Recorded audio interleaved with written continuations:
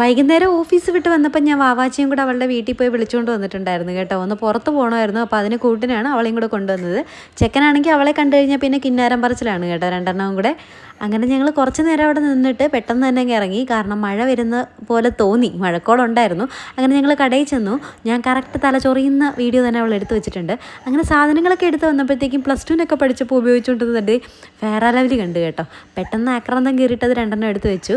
പിന്നെ ഞാൻ ട്രെൻഡ്സിലാണെങ്കിൽ ഒരു ടോപ്പ് നോക്കി വെച്ചിട്ടുണ്ടായിരുന്നു. ഓടിപ്പോയി അതിങ്ങ് എടുത്തുകൊണ്ട് വന്നു കേട്ടോ. അധികം സമയമൊന്നും എടുത്തില്ല, നോക്കി വെച്ചതായിരുന്നു.